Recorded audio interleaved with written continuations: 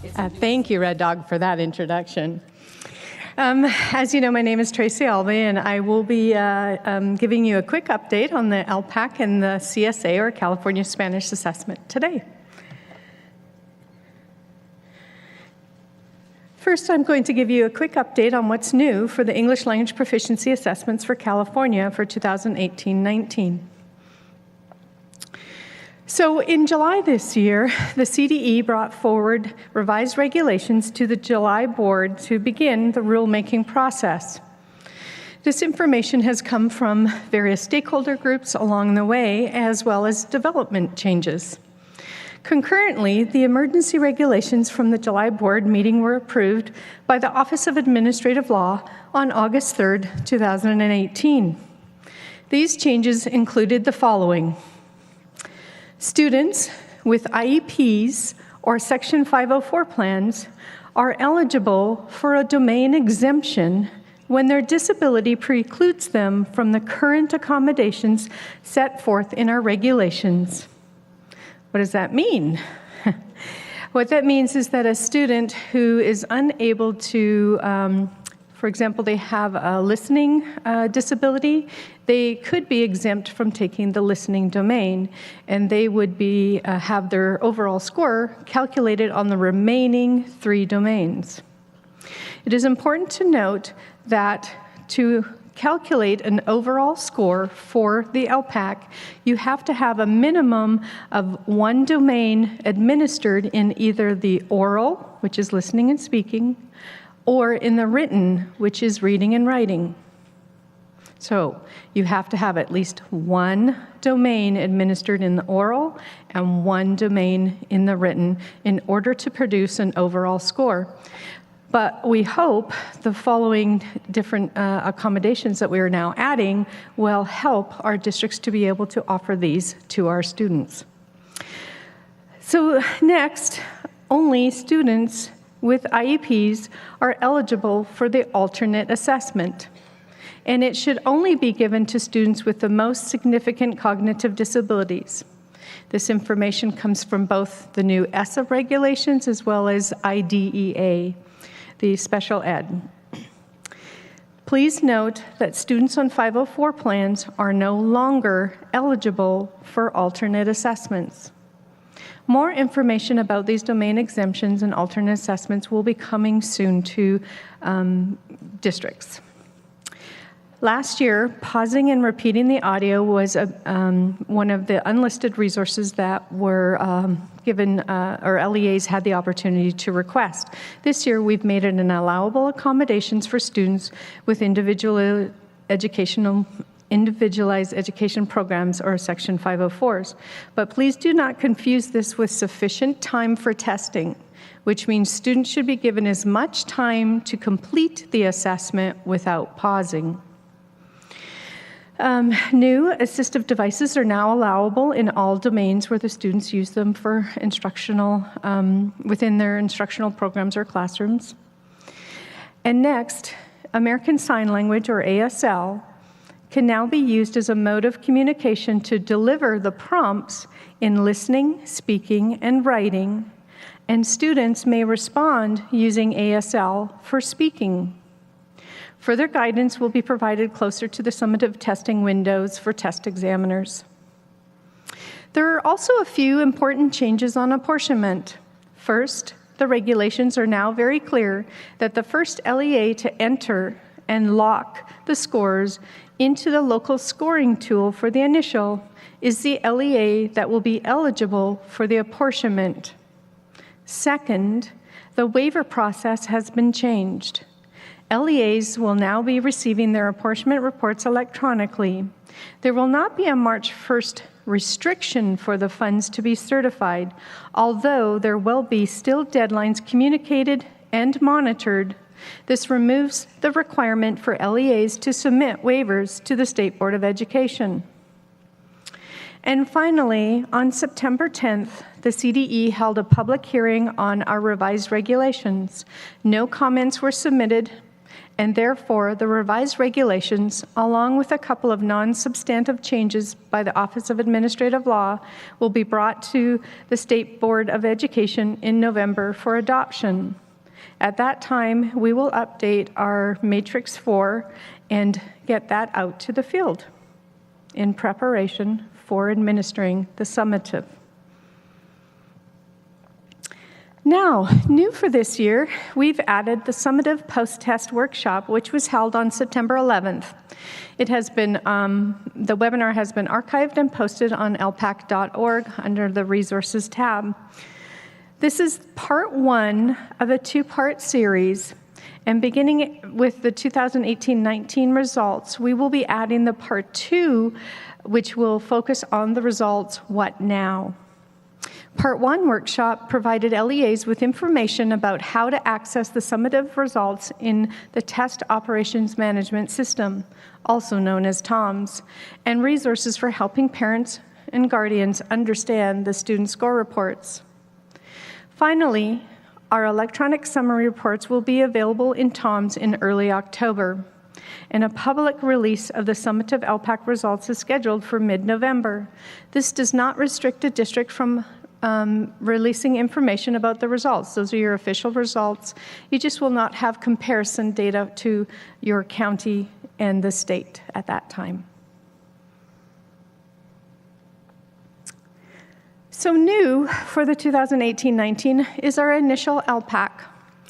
One of the, how shall I say, the way that we are required to collect item statistics in order to produce technical reports to ensure that all of our tests are valid, fair, and reliable. And how we have decided to do this is we've created this rotating score validation process where we've identified 25% of our LEAs to participate each year. If you are looking for that list of RSVP, it is also located on the elpac.org website. So all LEAs that are participating this year are required to return your answer books that you administer your students from July 1st through October 31st to our testing contractor.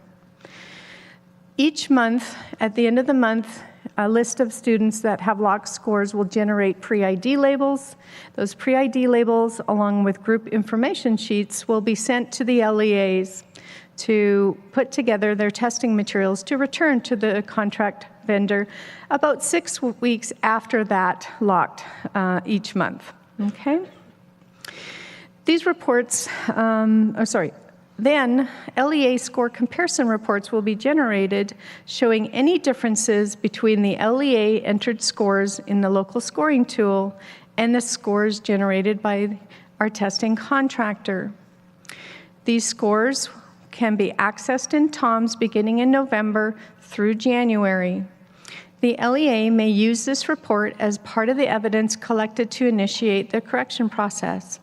The CDE will also be reviewing this information and determining if additional training needs to be done during the initial administrative scoring trainings, or if there is some other technical assistance that is needed for some other trainings that might be done separately. For more information about this process, the LEAs can access the how to administer the initial ELPAC that is posted on TOMS.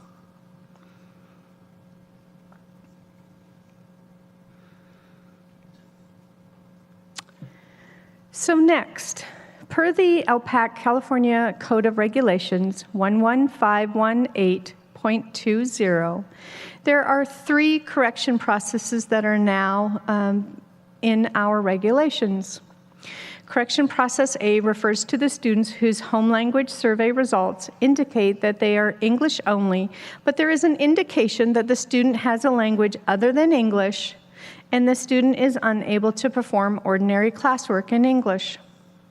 Correction process B would be implemented usually when there is an administrative error by an LEA and an ineligible student is administered either the initial or the summative ELPAC. Correction process C would be implemented when a parent or guardian or a certificated employee of an LEA requests a correction in classification after the administration of the initial ELPAC, but before the summative ELPAC is administered. In all three cases, the LEA must collect and review evidence identified in Section D of these regulations. The LEA will determine whether the pupil's classification, English only, initial fluent English proficient, or English learner should remain unchanged or be changed in the California Longitudinal Pupil Achievement Data System, or CALPADS, based on this evidence. A reminder that districts have time from first administering here in the fall prior to the spring administration of the summative. They do not have to make rash decisions when the first correction process is requested. They have time, and they should take time to collect evidence as much as possible to support their decision. Okay? Once that decision is made, the LEA is responsible for notifying the parent or guardian of the results. Detailed information about the CALPADS correction of classification codes can be accessed by reviewing the PowerPoint presentation presented on August 6th and August 22nd of this year, and will be posted, knock on wood, by the end of the day tomorrow on our CDE website.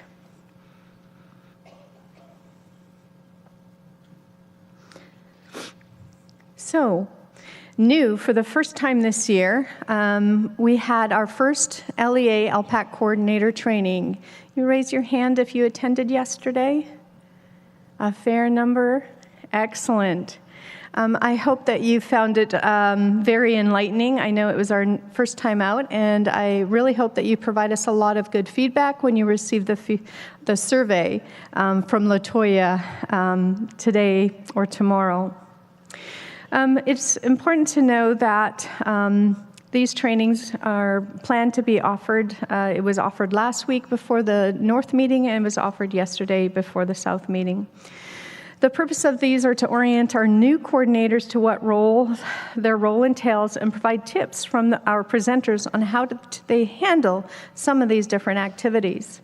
The training, as noted, was recorded and will be archived online. More information about where that will be sent to you in the next couple weeks.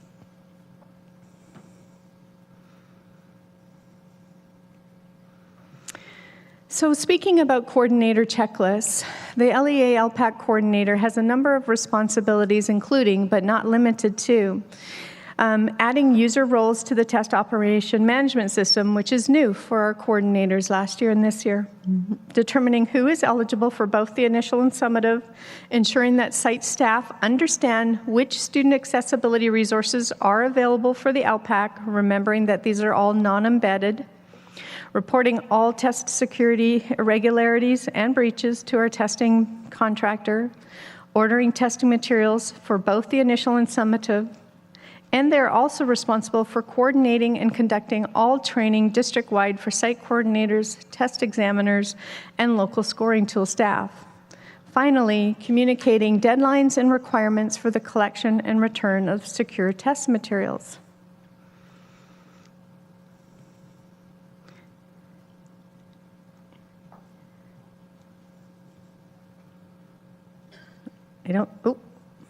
I'm not sure the green button's working.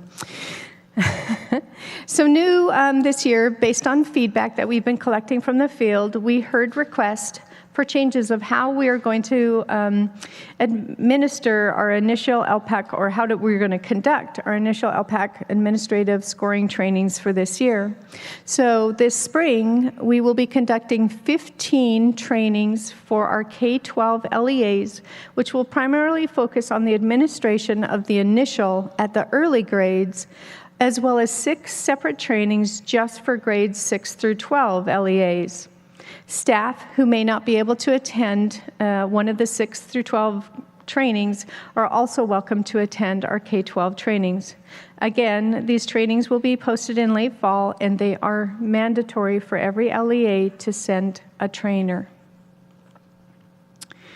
We have many available resources. You can look for these on the ELPAC website, but we've created a little handy 2-page guide for you. This provides information about important letters, guides, and videos specifically for staff, parents, and guardians. And finally, we are really excited to announce that the governor's budget, signed in June this year, allocated funds for transitioning the ELPAC to a computer-based assessment and the development of the computer-based alternate assessment. The CDE is currently in negotiations with our testing contractor and will be able to provide more information about this topic after the November State Board of Education meeting. Next, I'm going to give you some updates on the California Spanish assessment. So in preparation of administering the field test and operational assessment, in July 2018, a group of educators from throughout the state came together to review and provide feedback on the grade level specific achievement level descriptors, or ALDs. These ALDs will inform the standard setting work, which is scheduled for next August. And just as Michelle asked for CAASPP, we will be looking for a lot of great educators to inform our decisions. This actually started last week and is going through the next couple weeks through October 12th is our California Spanish field test. We currently have approximately 97 LEAs who have volunteered to administer this field test. If you think that your district would be interested and still have time to sign up, you can contact us at any time. We're approximately about 10,000 students are targeted to participate in grades 4 through 8 in high school. And as you may know, there are always a significant number of opportunities for our educators to participate in the test development process. 2 upcoming opportunities include the data review meeting in November to go over the results of how the field test items performed, and the other is our passage review meeting in January to review new developed CSA passages in preparation for item writing. If you're interested in participating, please have your educators go to the CAASPP.org website and click on the Educator Opportunities application. For the first operational CSA, the window will be available for LEAs to administer beginning April 1st through July 15th. Included in each student assessment, there are 3 teacher-guided survey questions that the test administrator should determine prior to creating the testing session. These questions are to provide the state with information about what Spanish instructional programs are offered at the LEA and what percentage of the day students are instructed in Spanish.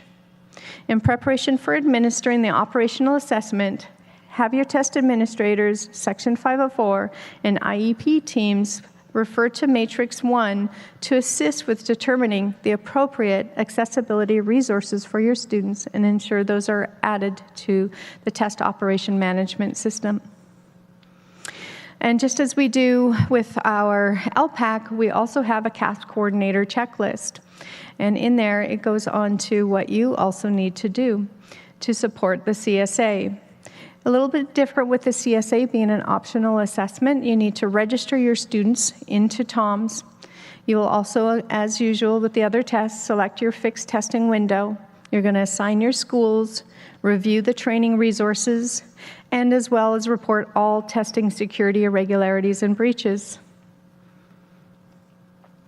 And finally, standard setting activities will occur in August next year, where a panel of educators will provide professional judgments that will assist in the identification of threshold scores for the State Board of Education to approve. It is anticipated that the threshold score recommendations will be brought to the State Board of Education for approval in September 2019. So in support of the State Superintendent's Global 2030 initiative to quadruple the number of LEAs offering bilingual programs, we should see an increase in the number of students participating in this optional assessment. That being said, it is important to keep in mind the following benefits for our LEAs. This test values bilingualism and biliteracy. The goal is to help develop literacy at a deeper level and to inform instructional practices for our LEAs. Districts will be able to view their CSA results in combination with their ELA results to see how our students are meeting the goals of biliteracy and bilingualism. Finally, results from the CSA may be added to the local control accountability plans based on what your district's needs are. And finally, here's our contact information.